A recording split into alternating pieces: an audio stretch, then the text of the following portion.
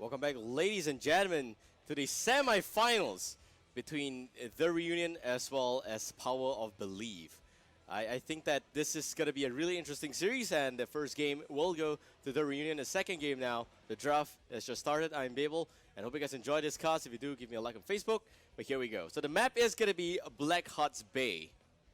So it's been really long since any team decided to play on Black Hearts Bay, since the Community Cup back in March, where we actually held an offline event in Singapore. But this one here, Black Hearts Bay, this is a map decided by Power of Belief, and the Reunion has the first pick. So Power of Belief is deciding on this map. It's not because they lost the first game, but because they rotated the decision between map pick and first pick. So that's what's really different in SC as compared to NA or EU. So the first ban, Kilthas, following which is a Zeratul ban, very standard stuff, getting banned already. Zeratul very crazy on this particular map. And I think that the first pick being Sylvanas could be a mistake. It's a mistake because if you play Black Hearts Bay, you know that Illidan and Brightwing are very popular picks. They have huge mobility. Illidan can solo the camps at level 4.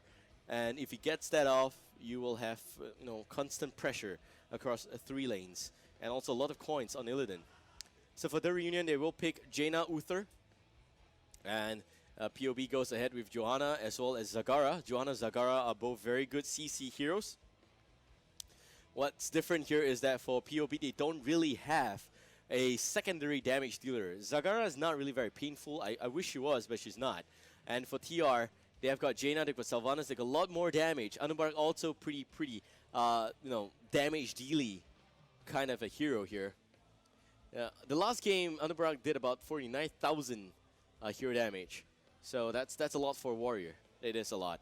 On a 26 minutes game, I think it could be a little bit more, but still, I think it's kind of respectable. It's like the top 3 damage dealers. For the Reunion now, they got one last pick. It seems like they may still go ahead with triple assassin composition, but I don't like that because they got Uther here. Uther not as good as Malfurion. In terms of sustained healing, Uther can only burst heal anti-burst a particular hero. That's all. Divine Shield can save Uther's life, can save any one of his teammates' life a little bit. But yeah, Uther should be able to hold the front a little bit better. It could be a secondary support. I mean, it could be Tyrande, it could be Rhaegar. Actually, I think Tassadar is the best here. Yeah, Tassadar is going to be able to anti-burst Illidan's damage. And you have Brightwing. Critter Rise is going to break your shield. Tassadar will give him 800 extra HP. That's a lot. And also, if you're looking at more damage, Tassadar can use Archon for that right-click damage. It's actually going to be Muradin. So dual tank meta for the Reunion. Muradin and Anubarak, a lot of stuns there. It could be a stun lock composition. And if you look into the whole draft here, Sylvanas, Jaina, man, there's a lot of vulnerability talents on those heroes. And that's going to be the Cold Embrace as well as the Northern Exposure. But for POB now, they got one more hero to pick. And I would definitely want to see either an Abathur or it could also be another damage dealer. It could be Vala. Kelthas being banned. That's not good. Let's see, who else do we have? Jaina, Sylvanas on the right side. I think on paper right now, TR has got a lot more damage as compared to Power of Belief. And they don't have the Uther to work with. So they got Brightwing. Brightwing is an anti-Illidan hero. Because of the polymorph, it's so important that it kind of allows Illidan to go down very, very fast. It basically stops him from attacking, stops him from healing with those attacks. That's why Brightwing is a snap pick with Illidan. You got Johanna, Zagara, which I don't think they should have drafted Zagara so early on. I think they could draft Zagara last. They could have gotten a bit of a better bargain with a... well, they still won't have picked Muradin and Anubarak anyway, so... well, they could have gone Vala first. But picking Vala last is kind of expected for POB. TR should have expected that. They don't have any other consistent damage dealers, and they need a ranged damage dealer. So Vala's the only one that's left. You got Jaina, Kelthas all gone already. Tychus could be the other one. I don't really like Tychus in the sense that Tychus is the kind of hero that isn't very consistent in terms of damage dealing.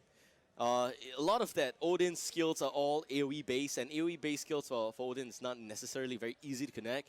Plus, you need a very good CC to set it up. So in the last game, they had Odin, but Tigers only actually really dealt like 35,000 hero damage. It's kind of like a specialist. He dealt like 166,000 siege damage, but not so much in terms of hero damage, and that's the problem there for Tigers. Maybe if they have gone Dragon Laser Drill, they would have been able to accomplish the objective a little bit better. Yeah. But by the way, the faces on the left, not so happy. You can tell that's the power of belief. The faces on the right, small smiles and stuff like that, that's the reunion. But yeah, they're all Asians. So this is Southeast Asia anyway. So ladies and gentlemen, Heroes of the Storm C Championship, Singapore Qualifier. We're looking for 2 teams to play off as part of 8 teams in the Singapore National Finals. And the Singapore National Finals will happen on the 18th of July. The 18th of July is where we will have 1 team represent Singapore. And it's going to be double elimination. On the 11th of July, actually, that's the first of all finals to begin. Malaysia's national final on the 11th of July. And that's the one that you will see 16 teams compete in a single elimination. Then when it gets to top 8, it becomes double elimination. Best of 3 for the winners bracket and best of 1 for the losers bracket. So I think there's a lot of competition in Malaysia. Singapore is one of the stronger scenes around. You've got a lot of strong teams. That's what I mean. I don't mean that we have the strongest. Well, maybe we do, but we have the strongest scene around. And all of them are respectable. All of them are very consistent and solid. So far, we've already got 4 teams qualified into the national finals. And they are Relics, as well as Look of Flower.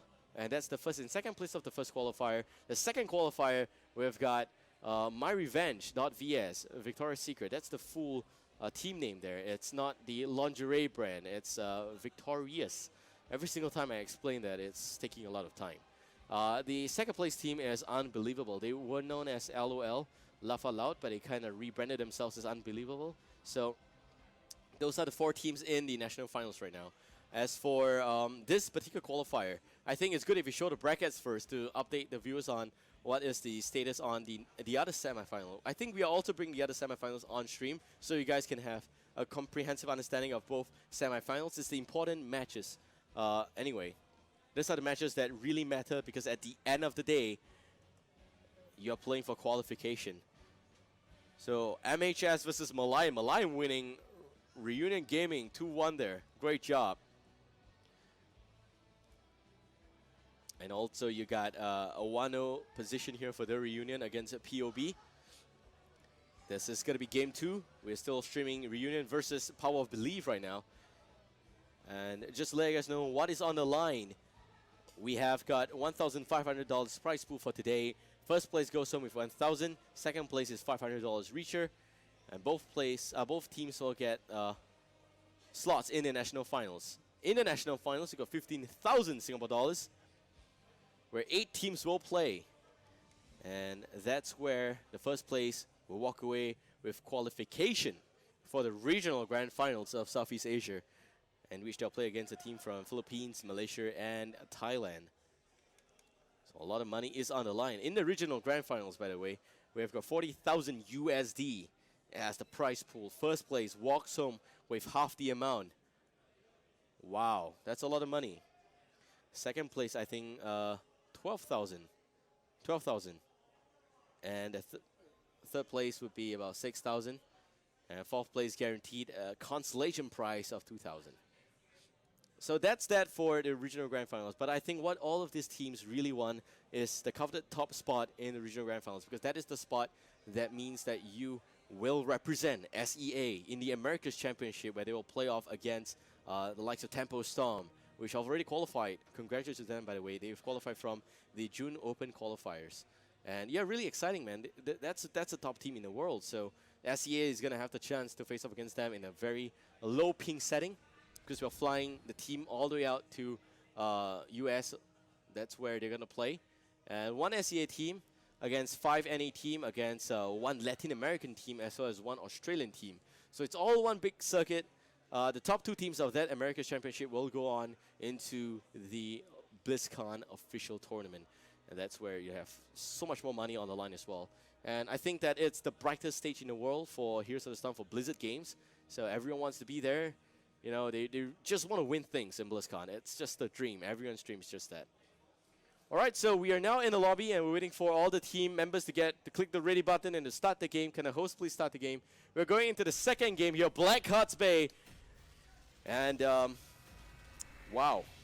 So far, the draft, I would say for sure that we got a bit of a slight lead here for Power of Belief again. I kind of like the Illidan pick on Black Hearts Bay. It's not a default win, but rather it's a very challenging pick because of the fact that you provide so much more pressure on lanes that you don't even want to push. You know, it's like the mercenaries doing all of those jobs there, and they get so much more coins, and those coins turn into real firepower.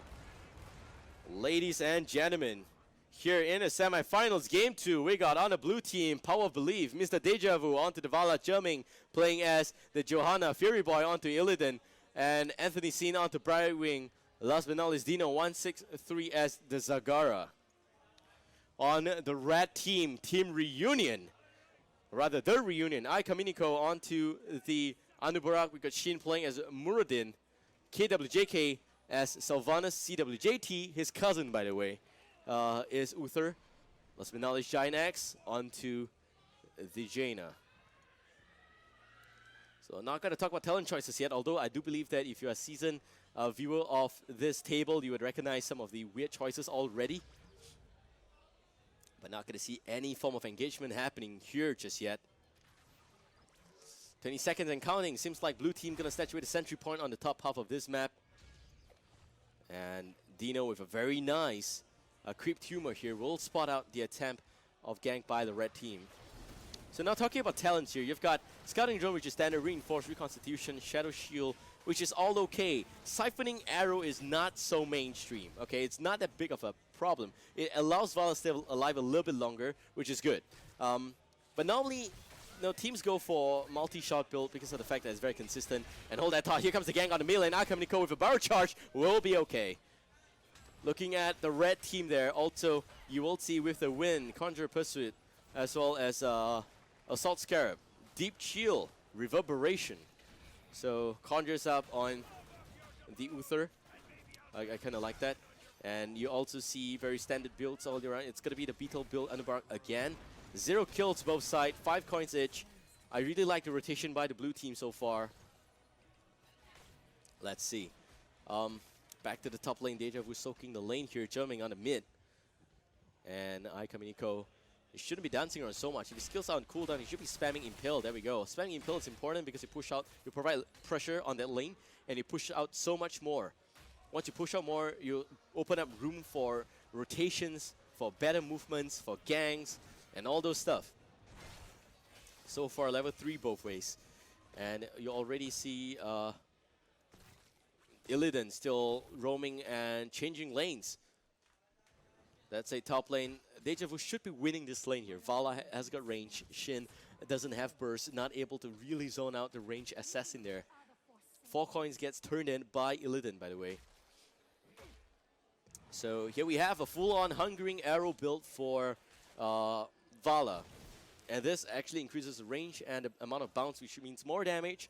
You also will see Protective Shield, Loss of Hope, and Venom Spines, which is all the standard Immolation even. Standard talents getting picked up by both sides. And on the blue team, it's going to be in Venom, Protective Shield, the Beetle build. And what's interesting is that Jaina goes for AI. AI is not so common these days in SEA. Jaina, normally they go for a little bit extra utility, maybe some extra heals. But AI is okay. AI, it's a bigger map, right? So AI works well. You also have got Thunderclap coming up for Muradin. So that's that. And by the way, 4 coins turn in each side. Close game still.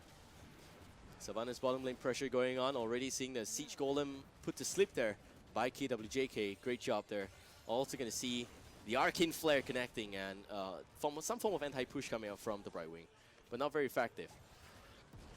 So they're still going to soak up a lot of the ammunition up on the towers there. And Blizzard coming out, not doing a lot of damage on Fury Boy. He does have the shield from evasion. So far level 6 both ways, and it seems like both teams are not set for early rotation. All that thought, Fury Boy with a nice sweeping strike backwards disengages away from CWJT. He's afraid of a roaming gank from behind. The increased pressure on the bottom lane seems to be very refreshing for the red team at least. They are able to push down the, well, at least, you know, soak up some ammunition for the top lane. We have ammunition all completely exhausted already, so it seems like Vala's doing a very good job at it compared to Muradin. And for the mid lane, Iconico finally spamming those impales will get the extra lane pressure. So in terms of that, the advantage swings towards the red team. Illidan, actually level 4, can already start soloing the siege camps, which he did. You know, go for the doubloon camps. And now that you also have got the chest coming out, I think he should be able to take down that. The moment he gets level 7, I'm expecting Illidan to rotate to the Bruiser camp. But it's not to say he cannot do it at level 4, he can, but it's slightly more risky if he gets spotted out. Iconico again with a nice barrel charge will be fine. And level 7 bolsters, let's look at the talent. So it is going to be a full-on Hungering Arrow with repeating arrow build here. There is some synergy in this build for sure, but is it really effective? Does it do a lot of AoE damage? No, I think it only does damage on one character. So we have Clutch turning here. Fury Boy, you're going to turn in the 6 coins, and here goes the first bombardment for the blue team. Also going to see better momentum up on Johanna as well as Zagara. Here comes the Condemn. Giant X, some trouble here. Jaina maybe going down, and there goes also going to see the Polymorph coming out. And the Iron Skin is going to mean that the Blizzard will not have its full effect up on Chuming. He's going to be okay at the end. So Bombardment in full effect here. I don't think it's going to take down the fort. Probably not. Yep, no way. So this is where the blue team is not really focused on pushing down the mid lane yet. They're kind of focused on the bottom lane. There was a good gang by the blue team. 1 kill up. And red team really pale in comparison. You know, they have got the extra advantage in terms of lane pressures in the early stages. But if they don't hold off this aggression on the bottom lane, they will not have that. Illidan has started his camp spree, his neutral camp spree. And that's a bit of a problem here for the red team. KWJK not really pushing enough. If you look into the siege damage, he's already at 28,000, but you can still see that the house is still up and counting here. So ammunition still up, everything's still okay, and that's a problem. So looking at more talent build, we got Unstable Poison, Cleanse, Leeching Scarab, Ice Lance. So this is like a very hybrid build. It's Ice Lance, but not full-on Frostbolt build. It's going to be Piercing Bolt as well, so this is really hybrid. I think that it doesn't have a pure focus. It is going to be fine, but you will not see much synergy from this particular lineup here. That said, on the blue team, meanwhile, you will see Cleanse, Repeating Arrow, Better Momentum, First Aid, and also Heroics, Rain of Vengeance, Blink Heal. Also going to see Blessed Shield, Devouring Maw, and also Metamorphosis. The blue team with a second bombardment going off. Iconico goes in, connecting the stun on Anthony Sin, and Impale not connecting. Sin jumps in. It goes boo-hoo.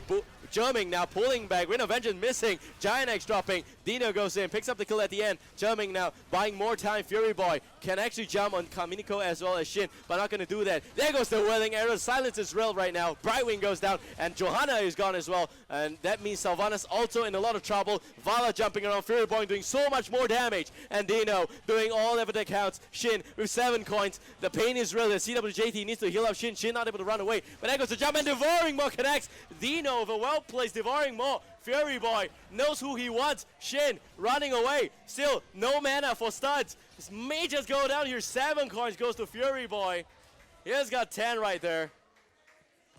Well-placed Devouring Maw by Dino. Crazy, crazy Devouring Maw there. Level 10 and all. They made the most out of it. Red team pulling back at the end. Illidan doing such a great job. The second bombardment completed there. Top fort still has got a slice of health. And looking at the talents of the red team, it's Whirling Arrow, Divine Shield, Locust Swarm, Water Elemental, and Avatar. Let's check if we've got a replay ready for that. Here we go, replay. Man, I love replay. Germing there, jumping in. And I think that he soaked up a lot of damage. Shin was aiming all the wrong person the whole time. They are going on to Fury Boy, but Fury Boy, they don't have burst. If you look at it, most of the assassins are not in the best position. So that's the problem for the red team, positioning again. That's it, Fury Boy. You don't really want to go 2-on-2 against Illidan. Illidan needs to be bursted down. Illidan needs to make sure that you have got the Divine Shield going on as well. But I think the red team just wasn't prepared for that engagement. CWGT was not even in the vicinity. This is the epic Devouring Maw. Connected really well. And it's free lunch there. So level 13 both ways. And you got the blue team picking up talents like Frost Shot. I think if he wants to go Frost Shot, he should have gone for composite arrows. I think that would have stacked a little bit better. This one doesn't really help. Okay, it's kind of fine to have that extra survivability in the siphoning arrow there, but it's not necessary. So we also got Sprint Up on Brightwing, also got Burning Rage, we also got Mutalis. So this is going to be full-on damage Zagara. And I kind of like that. You also got Sixth Sense going on for Illidan. So Illidan's going a full-on standard build. And for the red team, it's Splinter Shot, String Ray, Burning Rage, as well as Sprint and Thunder Strike. Thunder Strike's a little bit greedy, honestly speaking. Thunder Strike, the reason why I think it's greedy is because of the fact that you don't expect to be jumping behind enemy. Like, what are you expecting to jump on? If you're jumping on Zagara, that makes sense because Zagara normally is by himself. You're jumping on stuff like Vala. Vala has the ability to vault away. I don't think you are really going to do a lot of damage against Vala. Plus, you will look into... Vala will normally have allies around that hero there. Given the fact that she's very squishy, right? The healer's going to be next to Vala, so that's where your Thunder Strike is not going to be maximized. It doesn't have the maximizer effect.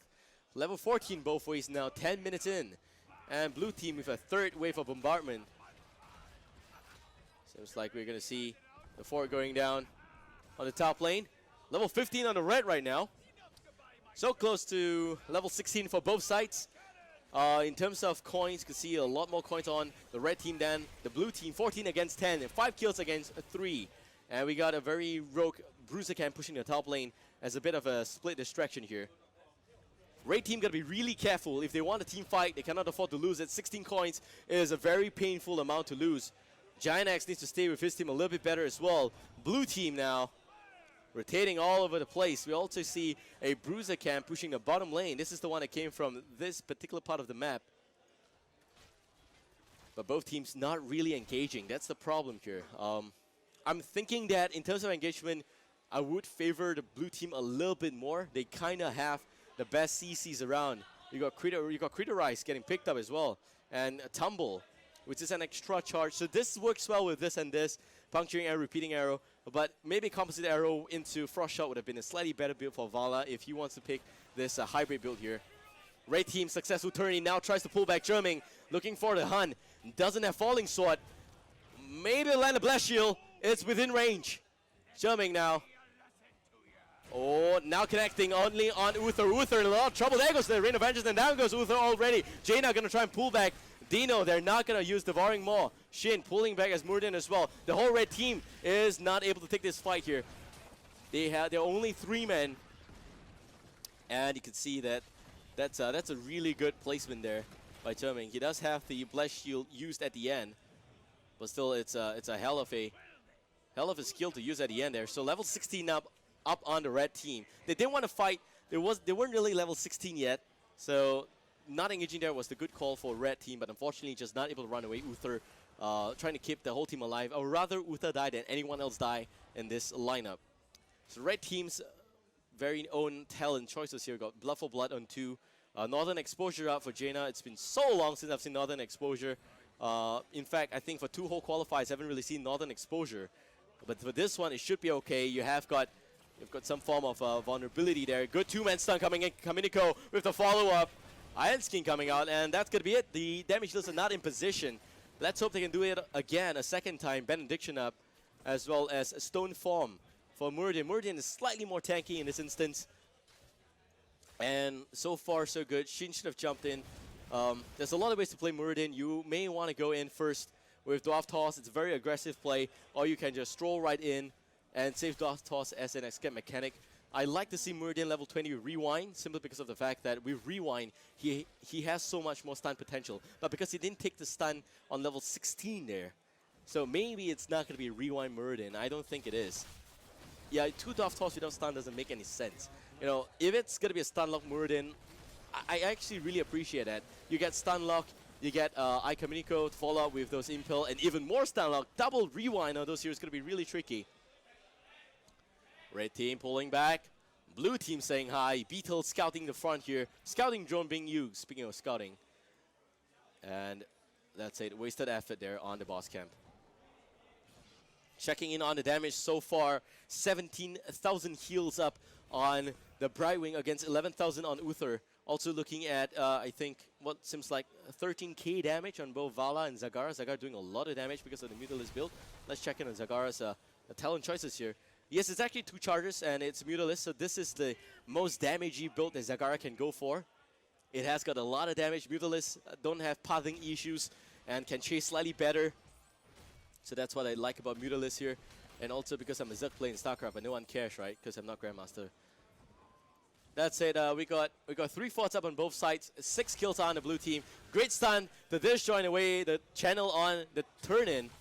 Impale again, buying more time. Here goes the blast shield, and there goes the connect. And the red team in a lot of trouble. Everyone will then get drilled in. And also going to see a bit of the divine shield being used onto Jaina. Jaina going to try and pull back CWJT. It's left for dead there. Gynax also going to try and pull back Shin. He should pull back. He does have the Dwarf Toss on cooldown for 3 seconds. He may drop 3 coins. He turns into Fat Pig. Can he jump away? He can. Standing board jump. 5.5 right there. Germing now. Knocking on the keep.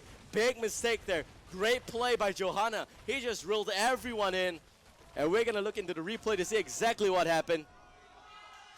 Oh, the crowd shouting for core. But the blue team not making it happen. Let's see the replay. Germing. Great position there. Blast Shield connecting on 2. Reel in on 3. Metamorphosis is still doing a lot more damage. Ring of Vengeance was the main problem. And also can see that Hungering Arrow, multi-shot, although not buffed in the form of talents here, but still doing a lot of work. And if you look into it, you can see 2 Mutalisks up by Zagara. So that is the main problem. A lot of extra damage coming up in the form of Mutalisk. And that's crazy. That's Team Reunion, by the way, on the bottom left of your screen there. And the Reunion, level 18 against level 20. We got Bolt of the Storm, Unknown, Indestructible, Bolt of the Storm again, and Nexus Blades up on Illidan. So this is not going to be the buff up on Metamorphosis. And that is that's okay. Both are fine. Normally teams kind of like this a little bit better because of the fact that you have got that slow effect. That's all you want. If you go for the buff of Metamorphosis, it just gives you a little bit more attack speed. And it doesn't slow your enemy. This is kind of like good in a big map where you're given a space to hunt your enemy down. And that's exactly what the blue team want. Another punishment from the blue team. This will be the 4th round of bombardment going down. The red team at level 19 and not even level 20 yet. They're going to lose the top keep as well. The engagement's going to happen. Blast Shield connecting. Ping pong being thrown all year round. Here comes the stun. There goes the silence. Rain of Vengeance goes down, connecting on 2. There goes Indestructible. Devouring more, buying more time. Ika Miniko going to go down. Dino goes down. Germing tries to run away. Not going to get it off. That's it. KWJK, CWJT doing a lot more damage from the back lines. Shin still holding them back. And the Thunderclap not doing the best of damage. There goes the shield. A little bit too slow. Well, you don't even have Sylvanas in that area. Shin may just go down here. There goes the Dwarf Toss. May not be enough. Deja Vu has got an increased range there and will pick up the kill at the end. Red team in a lot of trouble there. Not even level 20. The blue team still not going for core. Red team has got 50 whole seconds to respawn. KWJK clearing the wave here. Meanwhile, we got the camps pushing a bottom lane. Let's see if we got a replay ready. They're preparing that right now. Okay, here we go. So this is still good on the side of the red team. Everything works kind of well here. You know, I know that Anubar took a lot of damage here, but it's still fine. The Divine War is the turning point for the blue team. Germing, Anthony Scene, they're not focusing the damage on anyone. And Jaina shouldn't have, sprinted in front. Jaina should have just stayed behind a little bit. You got to know your range assassin. You're not really able to tank most of this damage. Plus, you're not level 20, don't have Bolt of the Storm. It's a mistake to dive so deep into it. So 1 for 4 exchange. It's a really heavy price for the red team to pay. But that's it. Final level 20 for the red team now. And they will go for Bolt of the Storm on Sylvanas as well as Jaina. You're also going to see Redemption, which is a must pick for Uther these days. Hardened Shield is going to make sure that even with 2 waves of the Rain of Vengeance, you will not go down. You also got Hardened Shield up on Muradin, so these tanks are really tanky. And the core, finally, showing some percentages there. The shield is also 100% up. Blue team playing it really safe right now. They still have some keep left for the red. Some chance left for them to still fight in this game. The Crips pushing out, spotting out the entire train gang. And everyone just pulls back again. 6 bombardment for the blue team. POB. They believe in Blackheart so much that they don't want to push to end this game.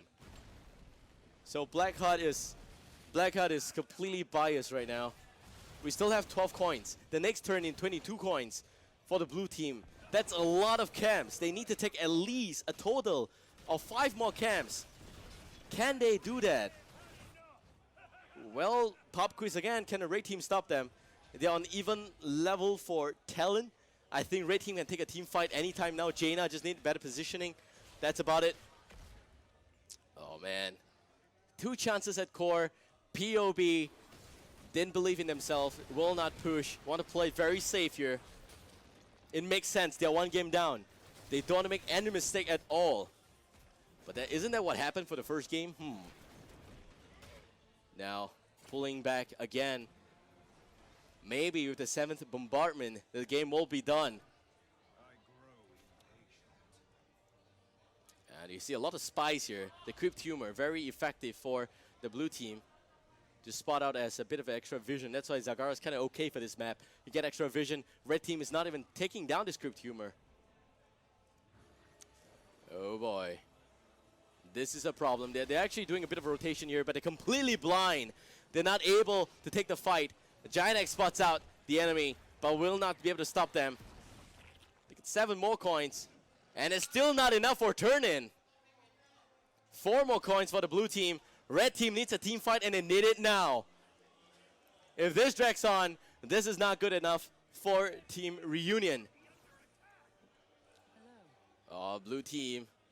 They are mechanically inclined right now. They know they just need 4 more coins. Somebody spawn me some camps. Why are they all AFK? Oh, God.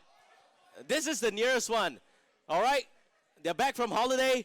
Let's see who gets to whack them. And both team wants it. Shin, Kaminiko, CWJT. The Undisputed. Come on, the crowd wants some action. Give them the fight. There goes the blast shield. Minimum assist connects only on 2. And that's it. Shin sucking out most damage. Zagara with the devouring ball. A silence on 4-man. Blue team some trouble there. Fury Boy doing damage on the wrong target. That's a tank. You don't want to do that. Giant X not spamming Blizzard enough. Brightwing goes down. And also you're going to see Anubark's gone. Here comes Charming. And enough damage. Red team. KWJK going to try and pull back. But Uther, he's got redemption. Needs to be very careful. Charming still going in for those heals. Shin goes down. Giant X, the last target alive here. Can he stay alive? That's the question. More heals. Uther getting respawn. There goes the stun. CWJT with the big plays. And Giant X still, where is the damage? Jaina, you've got bolt, but it's not happening. The core, catapult again. 83%. The chest. Everything is going to town. The coins are on the floor, but nobody cares. CWJT. You cannot board the ship. You did not pay for the ticket. Giant X defending. Jerming spots out CWJT. The Crypt Humor was there the whole time. I did not throw away his position, by the way. Oh, 4 coins. Dino ending the game. And the ghost ship goes to work. Close fight for the red team. Unfortunately, Giant X just not able to hold the front. Do they have any shield here? Jerming going in. Catapults throwing the stones there. And I think we're going to see a 3rd game. POB will win the 2nd game. Wow. That's the crowd right there that we have here. And Power Believe. Man, that's just how safe they want to play this. They want to bring it to the ace match. The red team had a good fight. There was a great silence by KWJK, the Sylvanas, in that game there. But unfortunately, just not enough damage from Jaina. If you look at Jaina's damage, only 22,000 for this whole game. In terms of talent choices, I think that it could be a factor. The Ice lands on level 7 as a talent choice. It could be a problem. Should have gone for a little bit extra damage on that one there. And Numbing Blast was not picked. It's actually Northern Exposure. So Jaina has sprint, has bolted the storm, should have sprinted in, should have done those damage, and then bolt outwards. But that didn't happen. So let's check in on the replay. So this is where the crowd was chanting for a fight. 3-man roll in, Metamorphosis goes down, Jaina taking a lot of damage. She had Divine Shield, but still not doing any damage there. Sorry, that's actually Sylvanas. And Giant behind. Wrong side of the fight to be on. Should have followed the tank in here. And Giant with Cone of Cold coming out. Should have right-click down Fury Boy. Fury Boy will go down at the end, but Jerming is very tanky. Mr. Deja Vu, nobody is doing damage onto the Vala. And Shin also pulling back. Deja Vu doing a great job with those kites there, getting out-kited completely. And this is where huge turnaround by CWJT. You have Giant doing whatever he can, redemption, bringing back the Uther for those stunts and those kills at the end. But still, the coins not getting turned in. And the core getting damaged. But yeah, and then we're going to look at the coins here. And this is where nobody's going to care again. The chest coming out. But yeah, so that's a hell of a fight.